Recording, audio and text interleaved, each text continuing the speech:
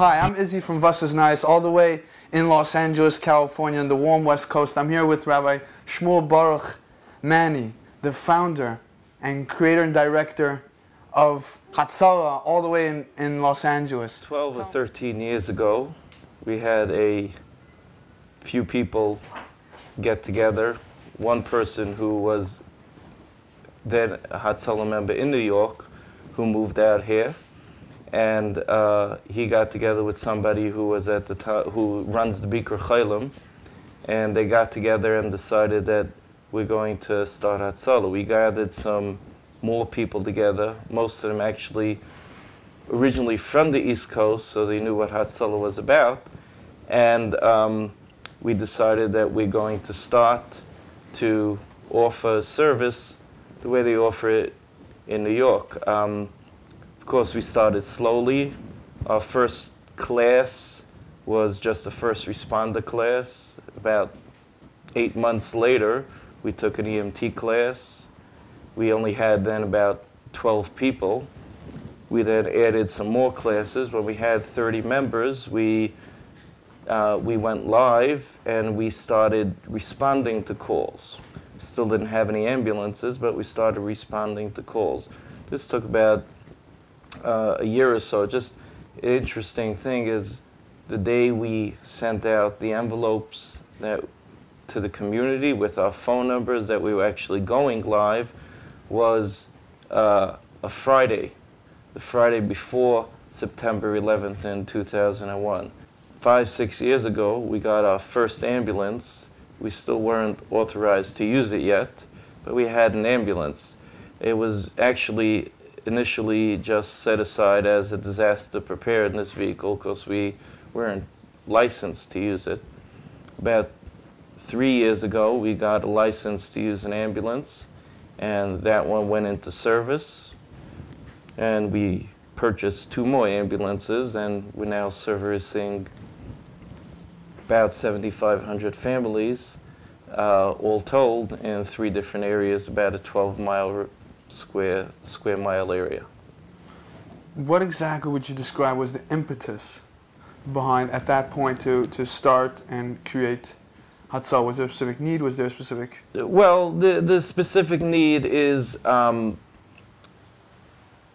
like everywhere else, you know, you have someone, you're in emergency, and you have someone come into the house who you recognize, you know, as being a Yid, certainly puts you at a certain level of ease. And initially, we only started as being, you know, to get there first before the fire department showed up, because we weren't transporting, and just to be on scene for those few minutes before the fire department showed up to render whatever care we could. Well, in recognition of the fact that we're so close to the San Andreas Fault and understanding that it's not a question of if, but when the big earthquake comes, we've taken upon ourselves to design a disaster preparedness program. And in our disaster preparedness program, it takes disasters to the next level. We recognize that if a large quake hits, as did in Japan, and the streets are not usable, and the hospitals are closed, and we can't get emergency resources to our area, then we're going to have to be self-sufficient. We've also designed what's called a casualty collection point. And these are local schools or large areas within each of the communities designated as a place where people can come once we set up our disaster area. People can come and get medical care from us, basic medical care. Those would be, it would be a situation where if they couldn't get to a hospital, or if they needed an ambulance and couldn't get an ambulance and someone could bring them to us, we have the ability in the neighborhoods to service 500 people at 50 people at a time in a fully self-contained casualty collection point.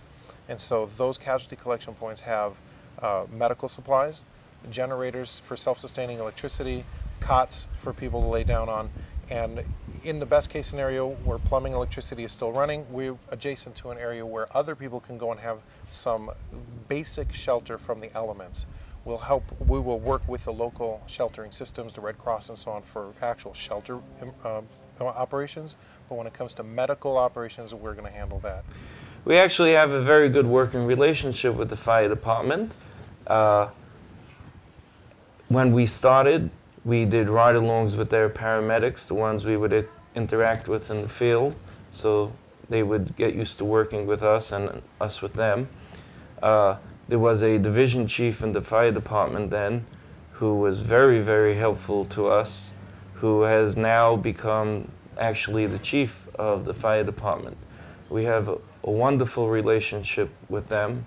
When we come on scene, the transfer of care is seamless between us and them, you know, because as I said, we're only doing BLS at this point. So if we need ALS, basic life support, okay. EMTs, as opposed to paramedics. We're still growing. We intend to get to the paramedic stage, but at this point we're not there yet. And when the fire department shows up, they work hand in hand with us, and it's a very good working relationship. Tell me about some of them. What are some of the more major calls that you get that require a lot of that you can say that's something that happened within Hatzala that was really you know, unfortunately, the most major call you can get is a cardiac arrest, and we've gotten those from time to time. And we actually had a save, I guess it was about a year ago, Yom Kippur, where someone went down in Shoal, and there were a couple of members on scene who immediately started doing CPR, and one of them got the AED, and applied the pads and shocked and brought the person back, and he's walking around today. Tell me a little bit about your speed of response. How you train for that, how you develop it, etc. Our response speed, generally speaking, is somewhere between 60 to 90 seconds. Like Hatzala's all over, the area's pretty much saturated, so we always have somebody close by. We divide our areas into quadrants, and so if you're in a certain area, you respond first, so you have a better response time. Obviously, the need that everyone feels to respond quickly is, you know, we're helping people. We feel, you know, this is what the Eibishter wants us to be doing. Of course, not to be reckless and kill somebody on the way, but, you know, within reason to get there as quickly as possible, obviously. You're starting Hatzala. Obviously, what comes to mind immediately is the Hatzala of all of New York City, Williamsburg, Borough Park, Flatbush, Crown Heights, Queens. When you were starting, what relationship do you have with Hatzala of New York? What advice did you get from them? What sort of assistance did they give you? And what do you, yeah. Well, obviously, when starting a Hatzala organization, you go to the people who are doing it. And so we contacted New York. There were two people in particular who I spoke to quite a bit, who were very, very, very helpful and continue to be so. And that would be Rabbi Michael Handler of Central Hatzala and Isaac Unger in Flatbush. And they were both extremely, extremely helpful on many different areas. And in fact, I just called Rabbi Handler a couple of weeks ago about something, and he's always very, very helpful and very accommodating.